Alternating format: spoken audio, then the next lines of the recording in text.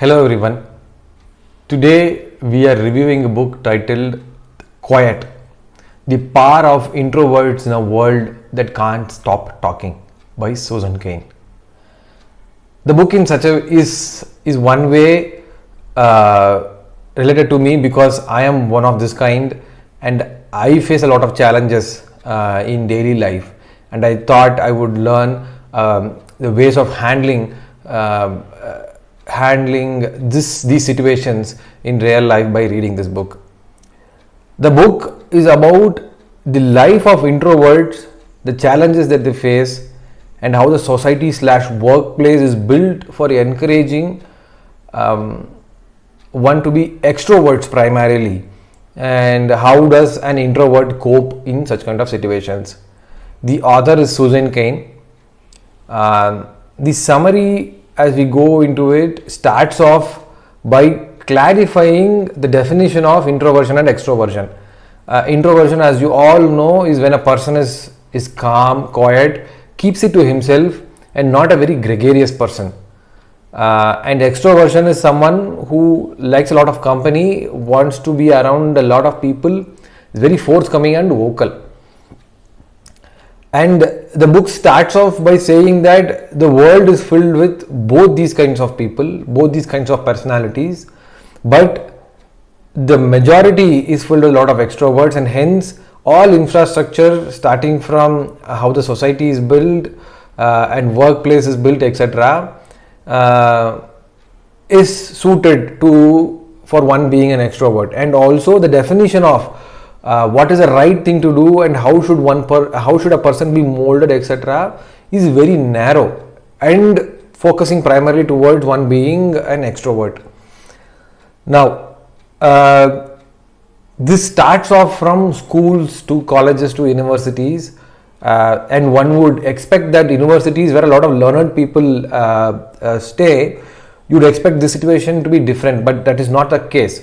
Even in universities, say in Yale and Harvard, the admission criteria is set in such a way that it encourages to hire a lot of people who are extroverts.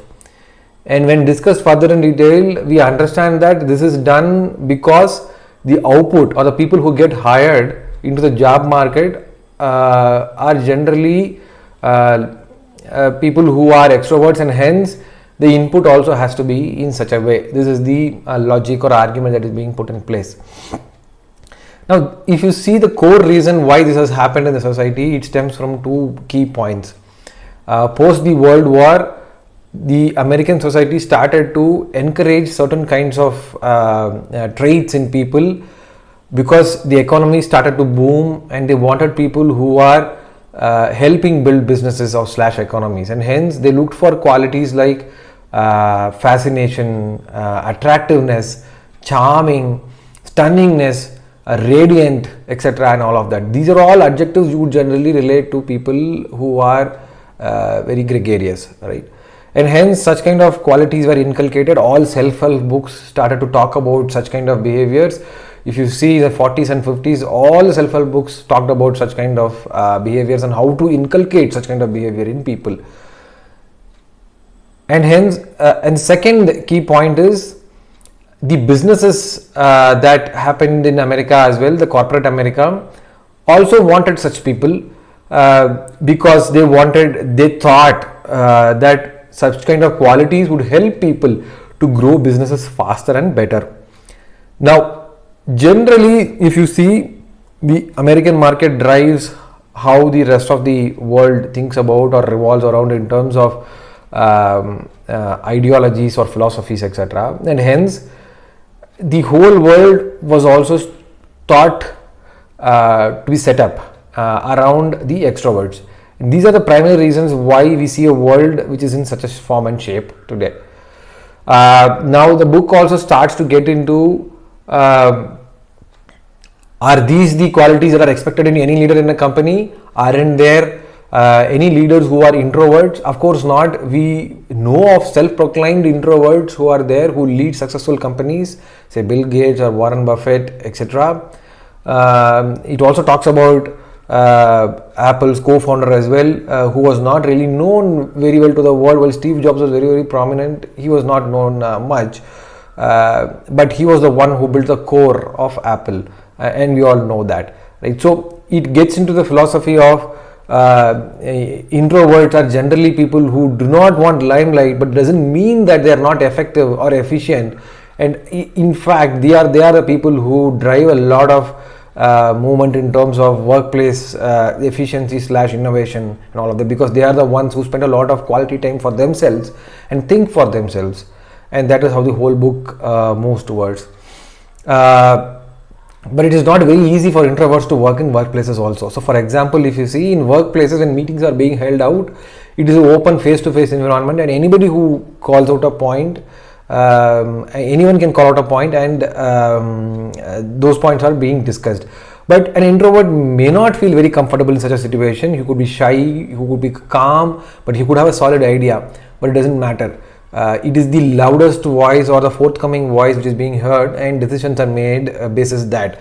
Now this can lead to a problem called as a new groupthink, wherein it is always the extroverts who keep giving out the ideas / solutions, and hence the strategy could be revolving around a few select set of people, and it could lead to disaster if it goes otherwise, right? Now similarly, in terms of workplace setting, the structure, how the workplace is constructed, if you see today, companies are moving towards a very open workplace wherein you have just pure tables across a warehouse kind of a setup with no cubicles, with no barricades, etc.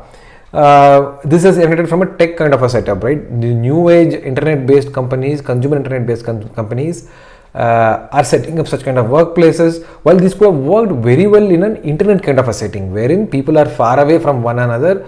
There are no barriers between people to talk to one another. You could have a group chat where everybody points out ideas / point of views, and one could work in a secluded environment and share their output only. And hence it works very well in an internet kind of environment. But if you take this and juxtapose to an actual work environment where you have to work face to face with people, there could be introverts who want a secluded workspace, who could work very well in peaceful kind of a setting, but you are not allowing them to work there, and you are making it very open, and hence the efficiency of productivity would come down, is the point of view that is being called out. There are also researches being done around whether introversion / extroversion gets into a person through birth, or can it be nurtured, can it be changed, etc. A lot of conversation goes around that. A lot of testing is being done on children, small children, to understand if they exhibit these behaviors at very early in their childhood. Of course, they exhibit all these behaviors, and hence it's very important for us as a society to build the necessary infra / behavioral setup for children to work around with their personalities as well, with these kind of personalities as well. There are also discussion around the problem statement being across multiple cultures also. For example, in Asian countries, if you see, the general notion that is being taught to children is to be calm, be peaceful, say a point of view only when you're very sure about the point, and don't blabber, etc. But in the West, if you see, it's just the opposite. Generally people say something that comes to the first thing at top of their head, and then they think about it only after they say whatever they have to say. Hence, when the cultures mixed together in California during in the tech bubble in Silicon Valley, there is a lot of confusion around how the workplace is set up / how schools are being taught. A lot of conversation happened around all of that. It happens even today as well. Now the book, towards the end of the book, there is discussion around how does an introvert survive in an extrovert world, or how does an extrovert cope up with an introvert, etc. This can be broken into two parts: the personal life and the professional life. In the personal life, if you see, you could have a spouse who is an extrovert / an introvert, and you could be the opposite. So how do you manage this? It is all about setting ground rules / contracts with your spouse, right? You could be an introvert where you would want to spend your weekends reading books or listening to music, etc., while your spouse could be an extrovert who would want to party every Saturday. Now, you should then get into a contract with that person saying that maybe out of the 52 weeks, 26 weeks you do this and 26 weeks you do that. It is about setting the expectation right and working with them amicably. Is a solution that is being talked about. In a professional setup, there are two options that are available.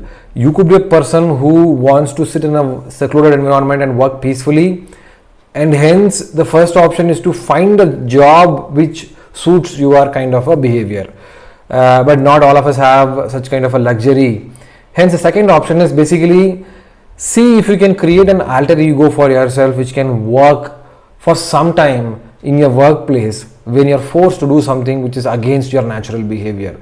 Of course, you don't have to fool yourself, or you have to go against your basic fiber of your DNA. It is just about adapting to the situation and working towards it and get it done, then come back to your normal self. So the author talks about, rather than getting caught in a quagmire of all these discussions, be very prudent about when you have to do it and when you don't have to do it, and just do it and live happily. That is the point of view which is being called out. And the last chapter is completely dedicated for children, children who could be introverts / extroverts. How do they get into this world which is built primarily for extroverts, right? And the key role has to be played by the parents of the children. They have to ensure that they handhold their children in getting into this pool. Let's say they get into a school. The school is today built for people who are extroverts, right? A lot of group activities, there's a lot of socializing which is involved, etc. And a child could feel shy / anxious when she gets into the school for the first time. And hence it is important that the parents help the child understand that it is okay / normal to be like this, and handhold them, identify the right set of people / friends who can work with them, and then slowly, gradually help them get into this system. Now, what are the key takeaways in this book? The first point is acknowledging that you could be an introvert, but the world is filled with people with extroverts, and it is built for extroverts, and hence figuring out situations / contexts where one needs to be calm and not fight back big time the society / the system. Some principles, second point is some principles around how do you handle the confrontation / situations between the extroverts and introverts needs to be understood, and hence contracts / rules have to be defined so that you can work peacefully / amicably with such people and be successful in both your workplaces and family relationships. The third point is ensuring that in the teams that we lead / the groups we represent, there is enough and more consideration / representation for introverts, and hence enabling the right decisions to be made rather than allowing new groupthink to take over. With that, we come to the end of this week's book review. I'll catch up with you in the next week with another interesting book. Till then, bye.